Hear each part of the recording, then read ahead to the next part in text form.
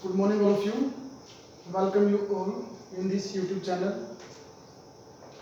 तो आप सभी का स्वागत है हमारे इस YouTube चैनल में। आज हम इशू ऑफ शेयर्स से रिलेटेड एक टॉपिक करेंगे और इस कंप्लीट चैप्टर को मैं यहाँ पे एक्सप्लेन करूँगा डिफरेंट वीडियो के अंदर। तो सबसे पहले देखिए इशू ऑफ शेयर्स जो हमारा चैप्टर है, chapter number 6।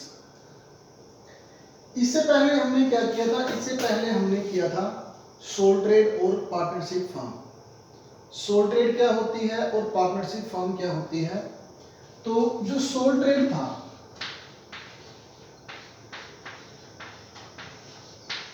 Soul trade it means जब एक अकेला व्यक्ति किसी भी बिजनेस को स्टार्ट करता है तो हम उसको बोलते हैं सोल ट्रेड, या फिर हम इसको अगर हिंदी में एक्सप्लेन करें तो बोलते हैं एकाकी व्यवसाय।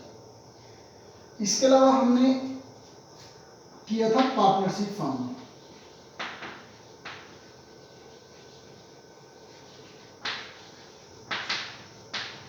पार्टनरशिप फर्म मीन्स साझेदारी व्यवसाय। इट मीन्स जब भी दो या दो से अधिक व्यक्ति मिलकर किसी भी बिजनेस को स्टार्ट करते हैं तो उसको हम बोलते हैं पार्टनरशिप फर्म या फिर साझेदारी व्यवसाय।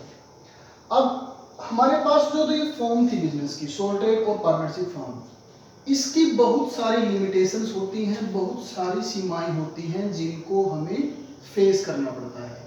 तो उन लिमिटेशंस को अवॉइड करने के लिए हम क्या करते हैं, क्योंकि देखिए जो हमारी करंट टाइम में जो डिमांड है, जो बिजनेस की डिमांड है, वो डे बाय डे क्या होती जा रही है, ग्रो होती जा रही है। तो उनको मीट करने के लिए हमें क्या करना पड़ता है, हमें फॉर्म ऑफ कंपनी को फॉलो करना पड़ता है। हम यहाँ पे कंपनी बनाएंगे और उस कंपनी के द्वारा ही हम इनकी लिमिटेशंस को दूर कर सकते हैं। जैसे for example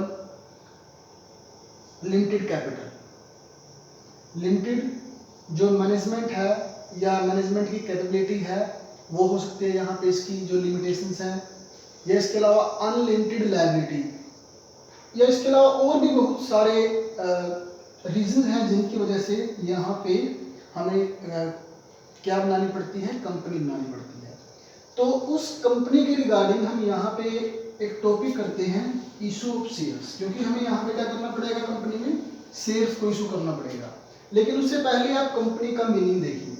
A company is an artificial person created by law, यानी कि जो कंपनी है वो एक आर्टिफिशियल पर्सन है जिसको हम क्रिएट करते हैं, बनाते हैं, किसके द्वारा, लॉ के द्वारा। यानी कि लॉ को फॉलो करते हुए ही हम कंपनी को क्रिएट कर सकते हैं, बना सकते हैं।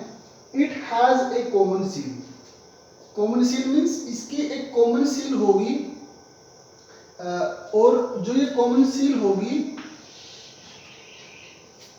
ये कंप्लीट जो हमारी कंपनी है उसके साइन के रूप में काम करेगी, उसकी मोहर के रूप में काम करेगी।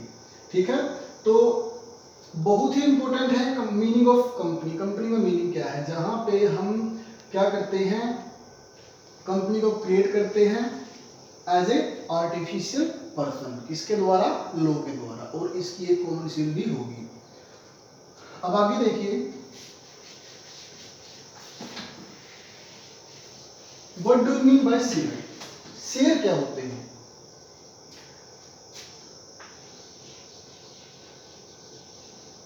शेयर्स, अगर मैं इसको हिंदी में बोलूं तो शेयर को हम बोलते हैं हिस्सा।